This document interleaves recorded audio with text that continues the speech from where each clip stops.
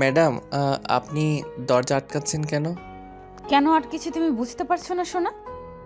না, না, মানে আসলে এ কি বাবু, তুমি ঘেমে যাচ্ছ কেন? আর তোত্তাচ্ছ কেন? কি হয়েছে তোমার? ম্যাম, আপনি আগে বলেন দরজা আটকাচ্ছেন কেন? জান, তোমার সাথে একান্তে সময় কাটাবো বলে রোম্যান্স করব তাই। দরজা খোলা থাকলে কেউ এসে আমাদের যে কোনো সময় ডিস্টার্ব করতে পারে। কিন্তু ম্যাম, আপনি যেটা বলছেন সেটা তো কখনো সম্ভব না ম্যাম। আপনি এমন কাজ করবেন না প্লিজ। তাহলে এসব জানাজানি হলে কেলেঙ্কারি হয়ে যাবে। তুমি তো খুব ভালো করে জানো আমি কেমন মেয়ে, কারো ধার ধারি না। আর কেন সম্ভব না?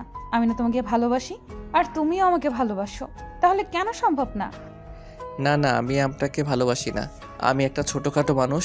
আপনার মতো একটা বড়লোকের মেয়েকে ভালোবাসার মতো ভুল করতে চাই না। যে স্বপ্নটা কখনো পূরণ হবে না, সেই স্বপ্ন আমি দেখতে চাই না। প্লিজ ম্যাম, আপনি এখনই উল্টাপাল্টা কিছু করবেন না, তাহলে অনেক বড় সমস্যা হয়ে যাবে। কি এমন সমস্যা হবে শুনি? আর তুমি এমন ভয় পাচ্ছ কেন জান? এসব জানাজানি হয়ে গেলে সবাই আমাকে অনেক খারাপ ভাববে, আপনার সম্মানটা নষ্ট হয়ে যাবে। প্লিজ এমনটা করবেন না, তাহলে কিন্তু অনেক ঝামেলা হয়ে যাবে। শোনো, অফিসটা আমার, আমি যা ইচ্ছে তাই করব। তাতে কার কি? দরকার পড়লে আর 10টা ছেলের সাথে রোম্যান্স করব। তাতে কার কি সমস্যা আছে? হ্যাঁ, হ্যাঁ, হ্যাঁ, আপনি 10-12টা ছেলের সাথে রোম্যান্স করেন, তাতেও সমস্যা নেই। তারপরও আমাকে ছেড়ে দেন প্লিজ। আমার সাথে এরকমটা করবেন না। ম্যাম, আপনি তো জানেন আমি অনেক গরিব ঘরের একটা ছেলে। আমাদের মতো মানুষ যেখানে কোনো ভুল ছাড়াই শাস্তি পায়, সেখানে যদি এমন কিছু করি, আর এসব বাইরে জানাজানি হলে আমাকে এর জন্য কী শাস্তি পেতে হতে পারে, ফলস্বরূপ আমাকে এখান থেকে চলে যেতে হবে। আর আপনি ভালো করেই জানেন আমাকে চাকরিটা কত যুদ্ধের পর পেতে হয়েছে। চাকরিটা চলে গেলে আমাকে রাস্তায় গিয়ে দাঁড়াতে হবে। আপনি কি তেমনটা চান বলেন? তোমার কি আমাকে দেখে 12 ভাতারি মেয়েগুলোর মতো মনে হয় যে আমি 10টা ছেলের সাথে রোম্যান্স করব? আর কি বলছো? আমি তো তোমাকে ভালোবাসি, তারা ছাড়বো কেন? শুনো, তুমি কেমন কি আমি সেটা দেখার বিষয় না। আমি তোমাকে ভালোবেসেছি তাই নিজের কাছে পেতে চাই। আর নিজের ভালোবাসার মানুষটাকে কাছে পাওয়াটা কি অন্যায়ের বলো? আমি তোমাকে ভালোবাসি তাই আদর করতে চাচ্ছি, তোমার সাথে সময় কাটাতে চাই। তার জন্য তুমি এরকমভাবে বলছো? আর কি বলছো? তোমাকে চাকরি থেকে কে বের করবে? হ্যাঁ, এখন তো আমি অফিসের বস, তাহলে কে তোমার কি বললো তাতে কি আসে যায়? আমি তোমাকে বের না করলে কারো সাধ্যি নেই বের করার। দেখেন ম্যাম, আপনি যদি অফিসের মধ্যে এমন কিছু করেন তাহলে বিষয়টা অনেক দূর গড়াবে। আর জানাজানি হয়ে গেলে আপনার আব্বু গান পর্যন্ত পৌঁছাতে বেশি সময় লাগবে না, তখন অনেক ঝামেলা হয়ে যাবে। আমাকে অফিস থেকে বের করে দিবে। আর আপনি কি চান আপনার জন্য আমি অফিস থেকে বের হয়ে যাই? জানাজানি হলে জানবে। আমি তো চাই আব্বু বিষয়টা তাড়াতাড়ি জেনে যাক, কারণ আব্বু আমার বিয়েটা নিয়ে একটুও চিন্তা করে না। আমার কলেজাটাকে ছাড়া আমি থাকতে পারি না, সেটা বোঝার চেষ্টাই করে না। আর অফিস থেকে বের করে দিলে দিবে। আমিও চাই না আমার বর এরকম ছোটখাটো একটা পদে জব করুক। তুমি বেরিয়ে গেলে আমাদের যে দ্বিতীয় অফিসটা আছে, আমি ওইখানে তোমাকে এমডির দায়িত্বে বসাবো। তাহলেই তো তোমার অবস্থার আরো পরিবর্তন হয়ে যাবে, আর কেউ বলতেও পারবে না তুমি আমার জন্য অযোগ্য। ম্যাম, আমি অতি সামান্য একটা ছেলে। আপনি যে স্বপ্ন দেখেছেন আমাকে নিয়ে, সে স্বপ্নটা না দেখাই ভালো। যার যে জায়গা তাকে সেখানেই মানায়। আমাকে কখনো এমডির দায়িত্বে মানায় না। আর আমি চাইও না বড়লোকের মেয়েকে নিজের প্রেমের জালে ফাঁসিয়ে এরকম কিছু করতে, তাতে সারা জীবন মানুষের কাছে কথা শুনতে হবে। প্লিজ ম্যাম, এমন কিছু করবেন না। আমি চাই না আমাদের মাঝে উল্টাপাল্টা কিছু একটা হয়ে যাক, আর তাতে সম্মানটা চলে যাক। তোমাকে সমাজের চোখে আমার জন্য যোগ্য করে তুলবো। জান, তুমি নিজেকে সব সময় এত ছোট ভাবো কেন? জানো না আব্বু তোমাকে কতটা পছন্দ করে? আর এসব কি বলছো কলিজা? তুমি আমাকে প্রেমের জালে ফাঁসাওনি, আমি নিজেই তোমাকে ভালোবাসি। আর সম্মান যাবে কেন? উল্টাপাল্টা কিছু একটা হলে তো তোমার কলিজার সাথেই হবে। তখন না হয় আমি প্রেগনেন্ট হয়ে যাব, আর আব্বু তোমার সাথে জোর করে আমার বিয়েটা দিয়ে দিবে। আমি খুব সহজেই তোমাকে পেয়ে যাব বাবুটা। আপনার কাছে বিষয়টা মজার লাগলেও আমার কাছে বিষয়টা কোনো মজার না। এখানে আমার সম্মানের প্রশ্ন। এমন কিছু হয়ে গেলে আপনার সম্মানটা না আমারটাই যাবে, কারণ আমি গরিব ঘরের ছেলে। ঈশানের কথায় রুহি প্রচণ্ড পরিমাণে রেগে যায়। ওর অনেকটা কাছে চলে আসে, তারপর শার্টের কলার 2 হাতে আঁকড়ে ধরে অগ্নিমূর্তি রূপ ধারণ করে বলতে লাগলো। কুত্তা হারামি, তো সাহস কি করে হয় এসব কথা বলার? তোকে আমি যতটাই উপরে ওঠানোর চেষ্টা করি, তুই নিজেই দূরে চলে যাস আর নিজেকে ছোট প্রমাণ করিস। শোন, এসব কথা আর বলবি না। আমি তোকে ভালোবাসি, তুই আমাকে বাসিস কি না আমি সেটা জানতে চাই না। আমার শুধু তোকেই লাগবে, অন্য কাউকে না। আমার লাইফে আমি তোকে ছাড়া অন্য কাউকে কল্পনাও করতে পারি না। তোকে ভালোবাসি আর আমার তোকেই লাগবে। কিন্তু ম্যাম, আমি আপনাকে ভালোবাসি না।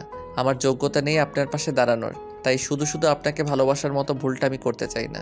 যোগ্যতা থাকলে আমি ঠিকই আপনাকে ভালোবাসতাম। এই সামান্য বিষয়ের জন্য তুই আমাকে ভালোবাসবি না, দূরে সরিয়ে দিবি, তাই তো? হ্যাঁ, কারণ এটাই এই পৃথিবীর নিয়ম হয়ে গেছে, তাই আমি। ঈশান কথাটা শেষ করার আগেই রুহি ওদের চার ঠোঁট এক করে দিল আর পাগলের মতো কিস করতে লাগলো। একটা সময় ঈশান আর থাকতে না পেরে রুহির কোমর জড়িয়ে ধরল। সাথে সাথে রুহি অবাক হয়ে গেল। ঈশান কিছুক্ষণ রুহির সাথে রেসপন্স করলো, তারপর হঠাৎ করেই ওর মনে পড়ল রুহি ওর অফিসের ম্যাম। সাথে সাথে ঈশান রুহিকে ধাক্কা দিয়ে দূরে সরিয়ে দিল আর বলতে লাগলো, ম্যাম, এসব একদম ঠিক না। প্লিজ আপনি এমন কাজ করবেন না যার জন্য সবার সামনে আমাদের অসম্মানিত হতে হয়। এত ভালোবাসি তারপরেও দূরে সরিয়ে দিচ্ছ? দেখেছো, তুমি না চাইতেও আমাকে আদর করছিলে, তাহলে কেন এইভাবে দূরে সরিয়ে দিচ্ছ? প্লিজ কলিজা, একটা বার আপন করে নাও। কথা দিচ্ছি, বাসা থেকে যদি আমাদের মেনে নাও নেয় তাহলে তোমাকে নিয়ে অনেক দূরে চলে যাব। তোমার সাথে আমি রাস্তাতে থাকতেও রাজি, জান। শুধু তোমার ভালোবাসাটা চাই আমার। আপনার এই ডায়লগ শুধু নাটকের সিনেমাতেই মানায়, অন্য কোথাও নয়। তাই আবেগের বশে এরকম কথা না বলে বাসায় গিয়ে মন দিয়ে ভাবেন, বুঝতে পারবেন কত বড় ভুল করেছেন। আপনি না হয় আবেগের বশে ভুল করেছেন, আমি তো সেটা করতে পারি না। এখন হয়তো আপনাকে আমি ভালোবাসি না, কিন্তু যদি কখনো ভালোবেসে ফেলি আর ভুল করে আপনার মায়ায় পড়ে যাই, তাহলে আমার থেকে বেশি কষ্টটা আর কেউ পাবে না। কারণ আপনি হয়তো 2 দিনেই আমার মায়াটা কাটিয়ে উঠতে পারবেন, আমি আপনার মায়াটা জীবনেও কাটিয়ে উঠতে পারবো না। তাই প্লিজ ম্যাম, এমন কোনো কাজ করবেন না যার জন্য আমাকে কষ্ট পেতে হয়, এই শহর ছেড়ে আমাকে চলে যেতে হয়। তার উপর আপনার আব্বু জানতে পারলে কখনোই আমাদের সম্পর্কটা মেনে নিবে না। ঈশানের কথায় রুহি প্রচণ্ড পরিমাণে রেগে গেল। তারপর টেবিলের উপর রাখা একটা ফুলদানি দেওয়ালে ছুঁড়ে মারল আর ঈশানের কাছে এসে ওর শার্টের কলার ধরে বলতে লাগলো, তুই কি ভেবেছিস আমি কোনো বাচ্চা না যা আবেগ থেকে এরকম বলছি? তোর কাছে আমার ভালোবাসাটাকে এতটাই তুচ্ছ মনে হয়? তোকে ভালোবাসি বলে এতটাই নিচু ভাবিস? আমাকে কি করে এমনটা ভাবতে পারলি? তোর কি মনে হয় বড়লোকের মন বলতে কিছু নেই? শুধু তোদেরই মন আছে? তোদের ইমোশন নিয়ে খেলার শক্তিটা শুধু বড়লোকদেরই আছে? তুই কেন এমনটা ভাবিস বল? আমি তোকে ভালোবাসি বলেই বারবার তোকে কাছে টেনে নেই, আর তুই আমাকে এত ভালোবাসার পরেও সেটা প্রকাশ করিস না। শেষবারের মতন বলে দিলাম, তুই যদি আমাকে ভালো না বাসিস তাহলে জোর করে তোকে বিয়ে করব। আর যদি বিয়ে না করিস তাহলে তোকে অন্য কারো হওয়ার আগে কিংবা তোকে হারিয়ে ফেলার আগে নিজেকে শেষ করে দিব। আর সেটাই হবে তোর জন্য শাস্তিটা। ম্যাম, আপনি কেন বুঝতে চাইছেন না? এটা কখনো সম্ভব না। প্লিজ উল্টাপাল্টা কিছু করবেন না। যদি তেমনটা করেন তাহলে ভাববো আপনি আজকের কথাগুলো সব মিথ্যা বলেছেন, আর আপনি এমনটা টাইম পাস করার জন্য করেছেন।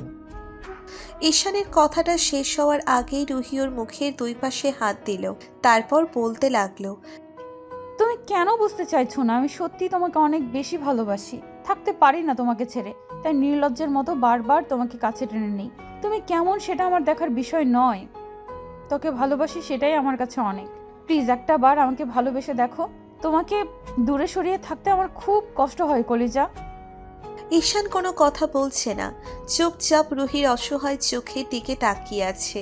ঈশানের চুপ থাকাটা রুহি সহ্য করতে পারল না, কান্না করে দিয়ে ওর বুকে মুখ গুজে দিয়ে ফুপিয়ে উঠতে লাগলো।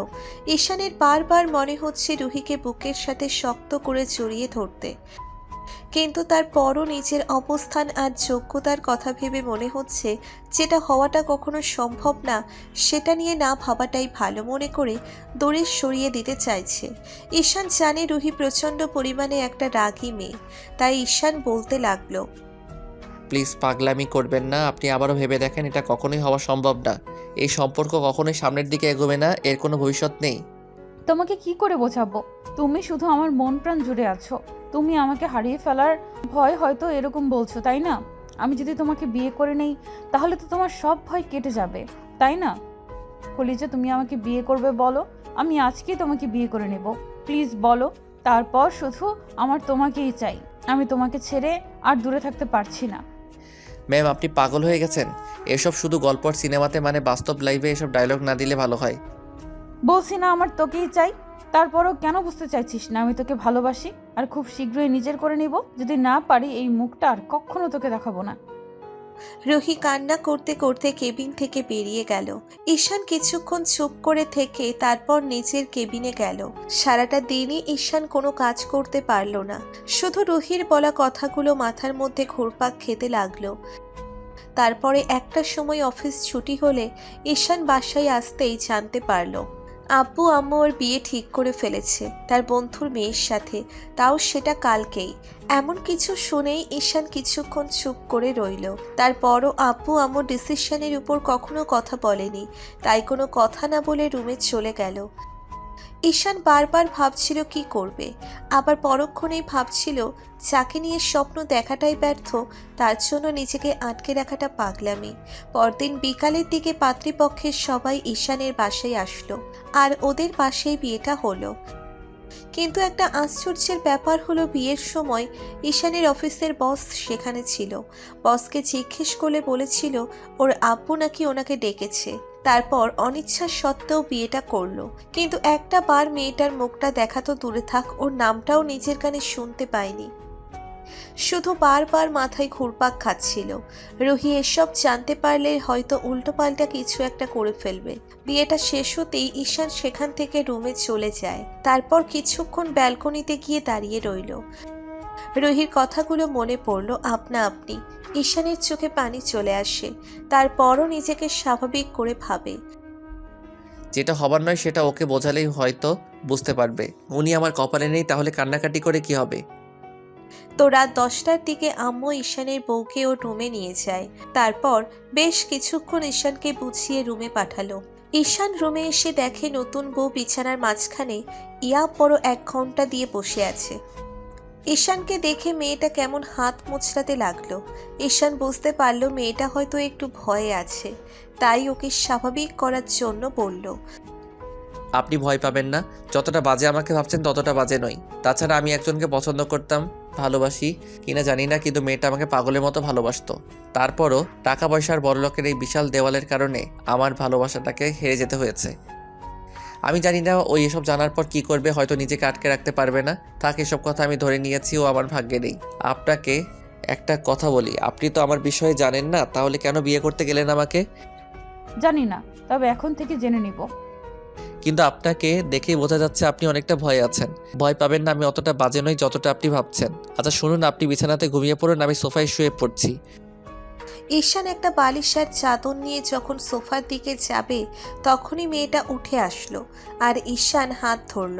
সাথে সাথে ঈশান মেয়েটার দিকে ফিরলে ওর মুখের দিকে তাকালে যেন আকাশ থেকে পড়লো আর বলতে লাগলো, রুহি তুমি না, মানে আসলে আপনি কেন? এখানে অন্য কেউ থাকলে খুশি হতে। না, মানে তুমি আসলে আপনি তো এখানে থাকার কথা ছিল না। আমার আব্বুর বন্ধুর মেয়ের তো এখানে থাকার কথা, যার সাথে একটু আগে আমার বিয়ে হয়েছে। তুমি কি ভেবেছো অন্য কাউকে বিয়ে করে নেবা আর আমি এত সহজে সেটা মেনে নেব? কখনো না। শোনো, সবটা আমার প্ল্যান ছিল। তোমাকে আমি কি বলেছিলাম? যে আমি তোমাকে খুব শীঘ্রই নিজের করে চাই, একটা মুহূর্তও দূরে রাখতে পারবো না। বাসায় গিয়ে আব্বু আম্মুকে সবটা বলেছিলাম। আব্বু আম্মু কথা বলছিল না, তাই একটু নাটক হয়েছিল তোমাকে পাওয়ার জন্য, তাতেই আব্বু আম্মু সবটা মেনে নিয়েছে। এখন তুমি যদি আমাকে মেনে নাও তাহলে তো বুঝতেই পারছো তোমার কি হাল করে ছাড়বো। আর কি বললে তুমি আমাকে এত ভালোবাসো আর বলতে পারোনি? না মানে আসলে না মানে আসলে কি? আমি আর কিচ্ছু শুনতে চাই না।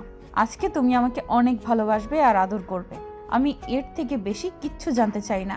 আগে কি হয়েছে না হয়েছে আমি কিচ্ছু মনে রাখতে চাই না। এখন থেকে শুধু তোমাকে মনে রাখবো, তোমার ভালোবাসাটা চাইবো। প্লিজ আমাকে একটু ভালোবেসে নিজের করে নাও জান। রুহি কথাটা শেষ করার আগে ঈশান ওকে বুকের সাথে খুব শক্ত করে চেপে ধরলো আর কান্না করে দিয়ে বলতে লাগলো, ভালোবাসি প্রকাশ করতে পারিনি, লাভ ইউ পাগলি, প্রচণ্ড ভালোবাসি তোমাকে। আজকে দ্বিতীয়বার সেটা জানতে পারলাম। আই লাভ ইউ টু কলিজা। প্লিজ আমাকে একটু আদর করে দাও, আমি আর থাকতে পারছি না। তাই আচ্ছা ঠিক আছে, আজকে অনেক ভালোবাসবো তোমাকে।